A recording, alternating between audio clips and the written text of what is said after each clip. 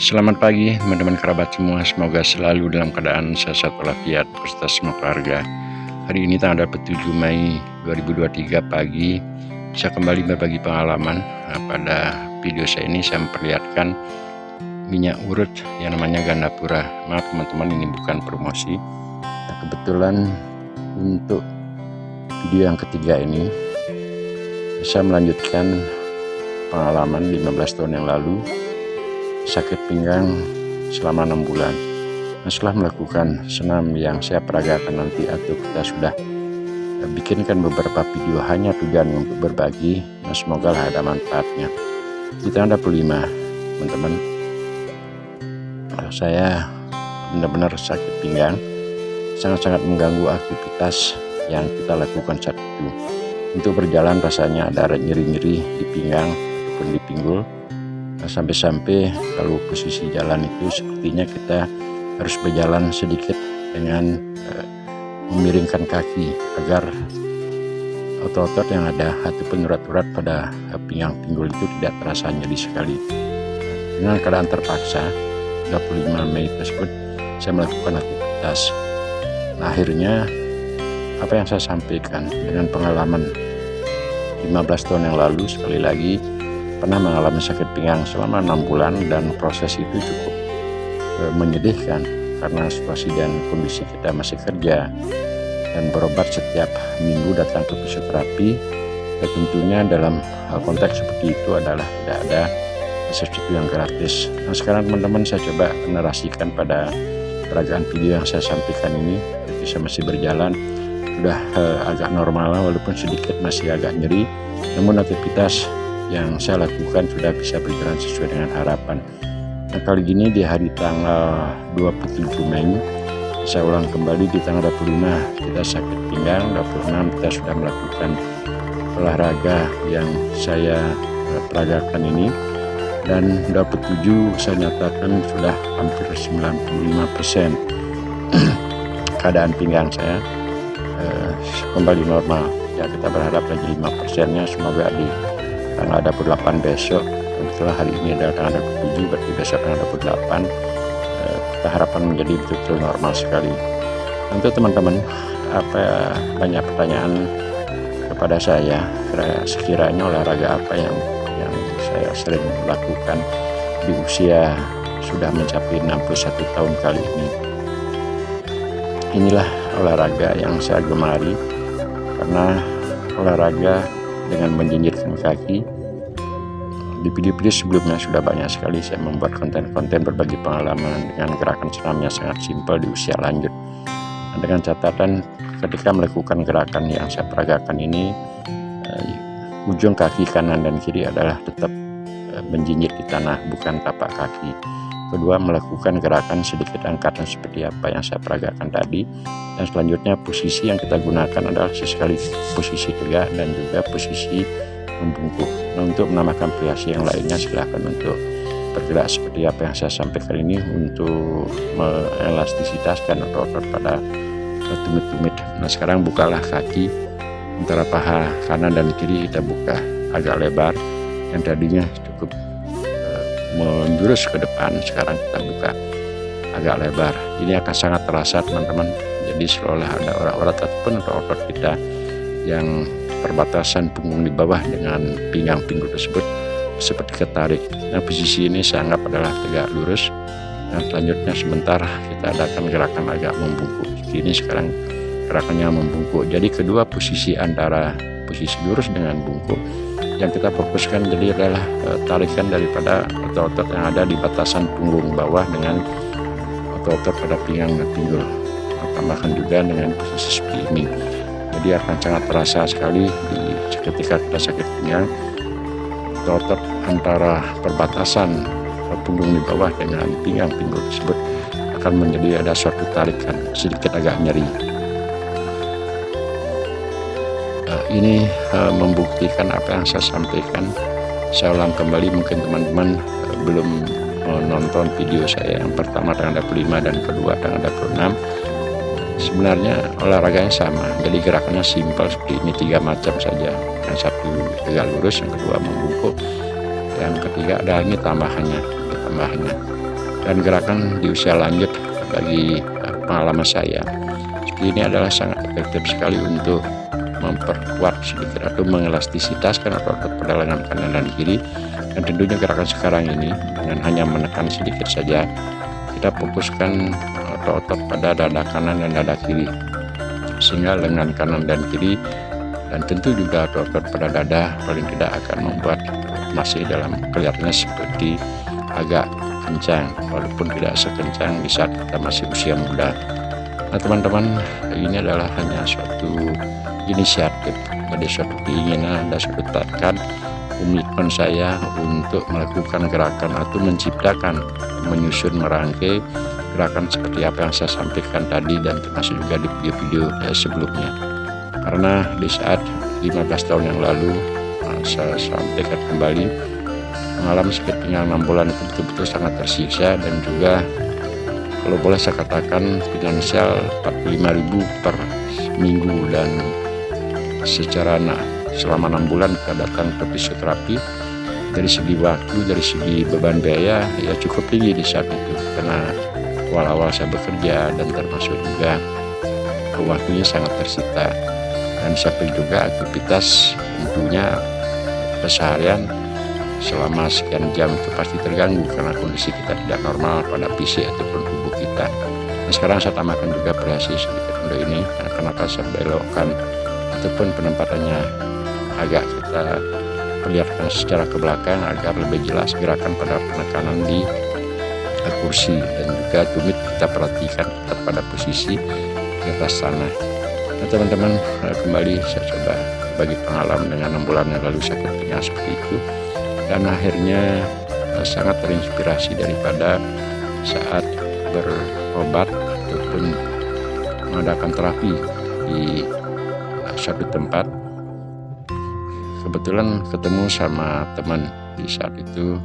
Sebelumnya maaf saja, saya pernah mengantongi atau sifatnya namanya atlet untuk mewakili Bali di dalam olahraga pencaksilat, dan teman yang namanya Stefanus, beliau adalah dari daerah timur Indonesia. Ketemu, tidak menyangka pertemuan kita di saat berobat. Kebetulan dia datang ke Bali dan mempunyai ataupun belajar teknik untuk terapi massage, seperti itulah, massage untuk pengobatan terapi seperti itu. Setelah kita ajak diskusi, nah, ketika sakit pinggang, jadi kalau teman-teman pernah datang ke fisioterapi, itu pertama-tama kita akan dipanasi dengan bola lampu, dan setelah sekian menit akhirnya akan dilakukan pijatan sesuai dengan talent ataupun skill yang dimiliki oleh bapak ataupun yang menangani fisioterapi tersebut. Dan di sanalah saya diskusi, dan setiap pijatan dilakukan saya tanyakan, semuanya terasa ada pijat-pijatan untuk menarikan pinggang. Memang dalam keadaan kondisi seperti itu pengobatannya sama saja, kita diurut ataupun di terapi, otomatis di saat sakit pinggang sakit itu kita dilakukan pijatan di tempat sakit tersebut.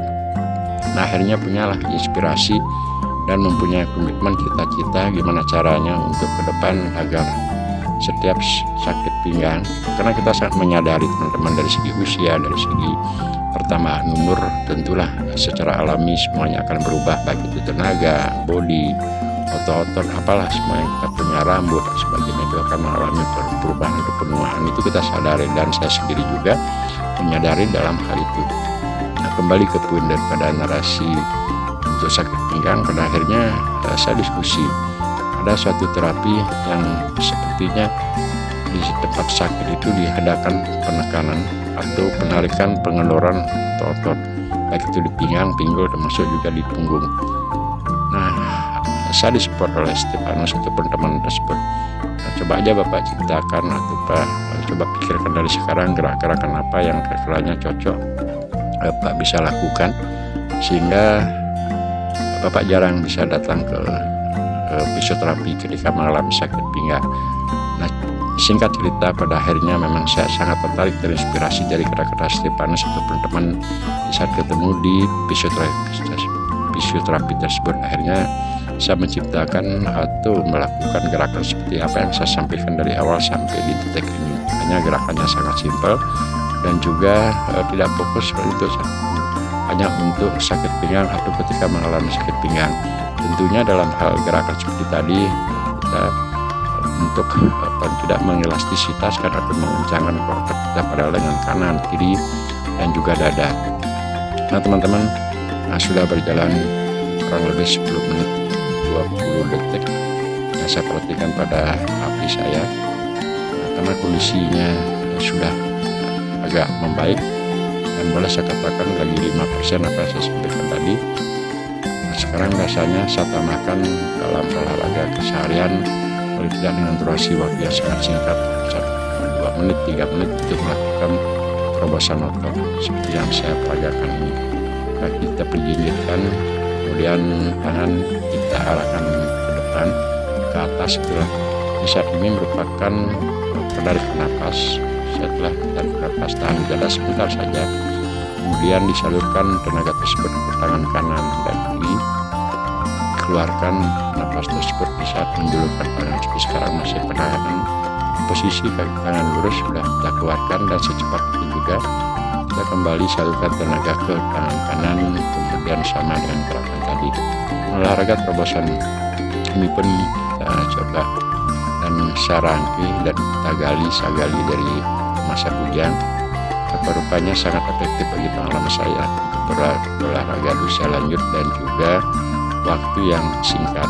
Posisi kita bisa lakukan dalam keadaan berdiri, jongkok, duduk, serta yang lainnya.